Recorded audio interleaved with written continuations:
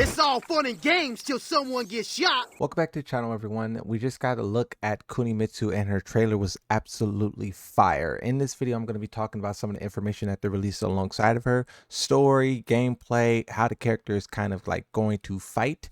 First thing I'll show you is some of her artwork. You can see here kind of a full look at the concept. It looks fantastic. I know there was a lot of conversation around it not being purple. Why did they change the colors? But I think getting to see it in action, it looks really cool. And then they also have the secondary outfit, which is definitely one of the best in the whole game. It's an amazing outfit. 10 out of 10 for both outfits. I'll go ahead and say it. Now, as for what they say about Kunimitsu herself, they kind of have this statement here talking about how she's a tricky character. She's very agile. She, maneuvers kind of like a ninja. She requires precision, situational awareness, and it is crucial for effectively utilizing her stances. A lot of the things she did in her trailer left her back turned, which by default makes her kind of more difficult because, people who aren't, that good at Tekken, they may be caught off guard if something doesn't go right. At least here, it sounds like they're trying to make her for players who are a little bit more skilled. It says deeply rewarding gameplay experience.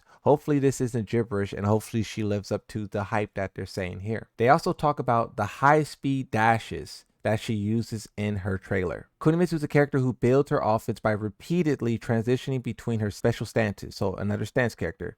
But the thing about this character and characters like Yoshimitsu is that they've kind of always been stance characters. So yeah, we knew she was going to be a stance character. It's other characters who aren't supposed to be a stance. So I'll give them a pass on this one because she's always been kind of a stance type character. Now, it goes on to say high speed dashes that quickly close the distance between her opponent, forcing them to make difficult decisions. In Tekken 8, by utilizing new moves and heat engagers accessible from stance, she can unleash offense unique to a Kunimitsu, focusing on her stances, leveraging these techniques to vary the tempo of her attacks and shake up opponents with unconventional movements, allowing her to more easily dictate the pace of the match. I won't be too harsh on them in the description of this character because the last 3 DLCs that they've done were described in a similar fashion. I mean, if you go back and read the thing that they released for Armor King, it sounds terrible, but on release, he was a very well received character. So I'll give them some leadway there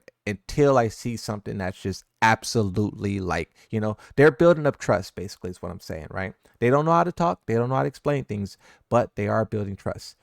However, if her actions are read by the opponent, her offense tends to be interrupted easily. So that means it's not so forced. Therefore, to maintain advantageous situations, it is crucial to consider the timing while dashing. Okay, so she can dash a lot, but you could counter hit her and interrupt her on the way in. That sounds like a fair trade-off. We'll see how it turns out in gameplay. During heat, she has dawn flames around her neck and her scarf to gain access to special techniques with her 2 swords linked. This allows for her to apply easy pressure on her opponents by utilizing long reach for offense.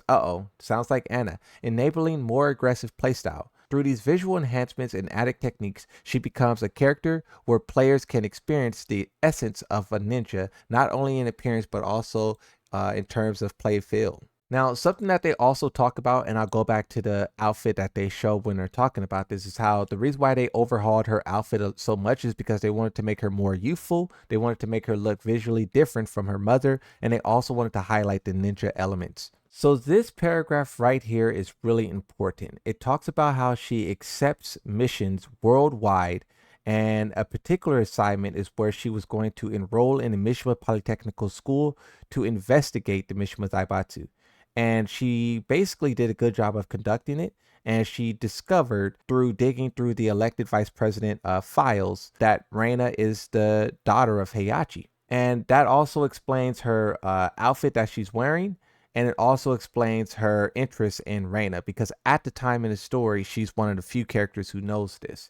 Even at the end of Tekken 8, Jin and Kazuya don't truly know who she is. They just kind of have this kind of like idea of her, but the connection to Heihachi hasn't been clearly stated. She's the only one with that information. In this sentence here, it talks about how these two are very much well aware of her. Like, for example, they specifically say she is aware of the true Mishima name. So this is the first time ever where they're linking the name with Reina and Mishima together, because, you know, up until this moment, she had no last name. It was just Reina.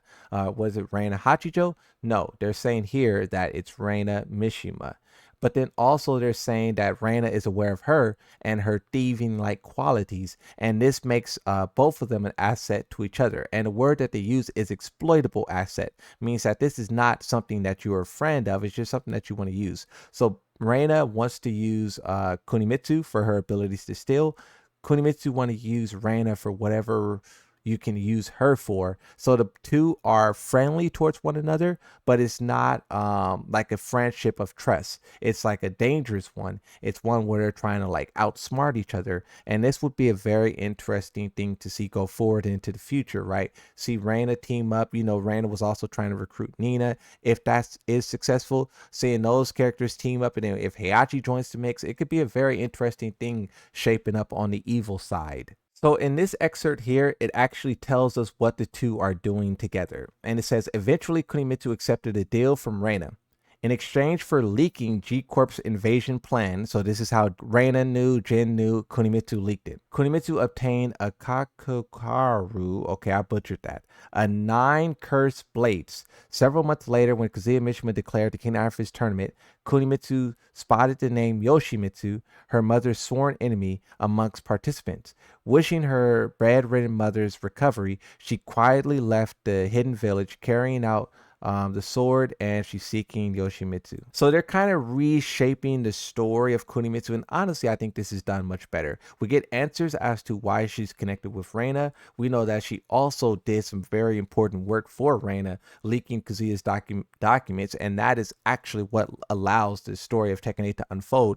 So Kunimitsu is very important in that, and that's why Reina values her so much. But then also, while all of that was going on, Reina spotted Yoshimitsu and understood that that's the guy who basically did all this stuff to her mother, and then went to go seek her out to get the sword. So in her actual bio, this is one that the developers released as well.